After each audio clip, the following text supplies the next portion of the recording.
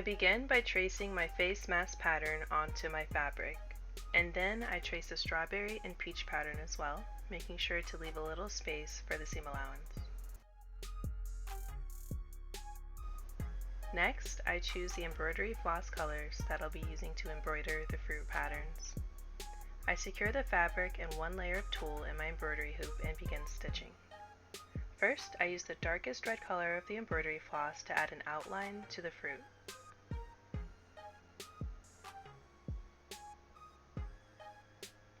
Next, I fill in the leaves and the stem with green.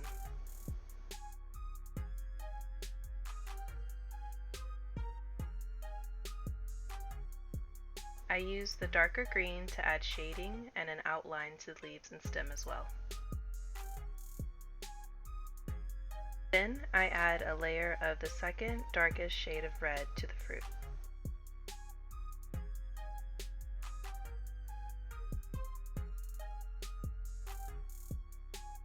I fill in the strawberry with yellow stitches for the seeds. And then I fill in the rest of the fruit with bright red embroidery floss to finish.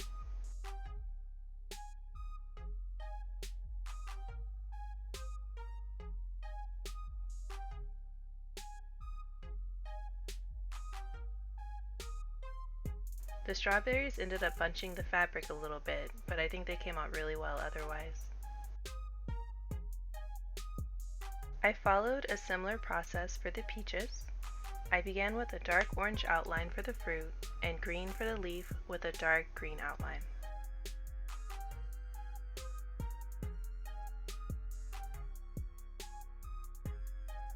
Next, I added a layer of the second darkest orange, making sure to add stitches to the top and bottom to begin blending the colors.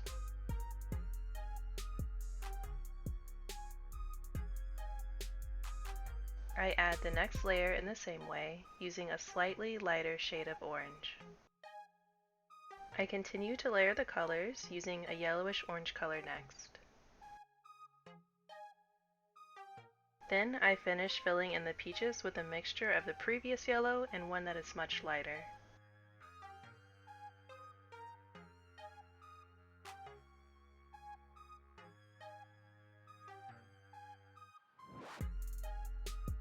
The last step is to add a brown stem to each peach. With the embroideries complete, I carefully cut the fabric to begin assembling the mask.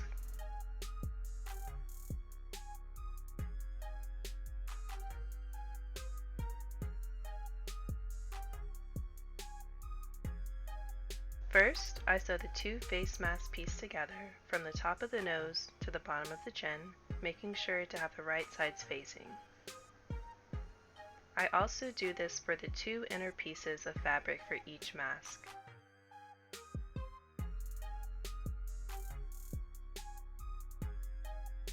Next, I clip the top part of the mask with the embroidery to the inner part of the mask without the embroidery, making sure that the right sides are facing.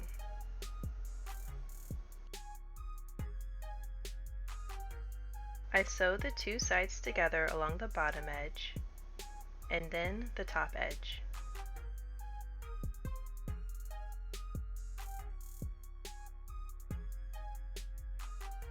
I then carefully flip the mask right side out.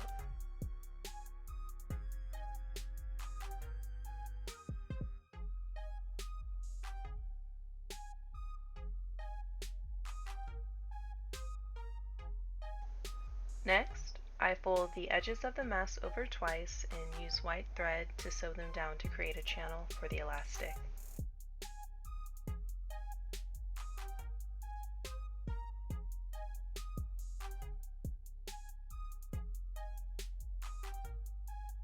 I cut the elastic to size, thread it through the channel I created, and then I carefully sew the edges together.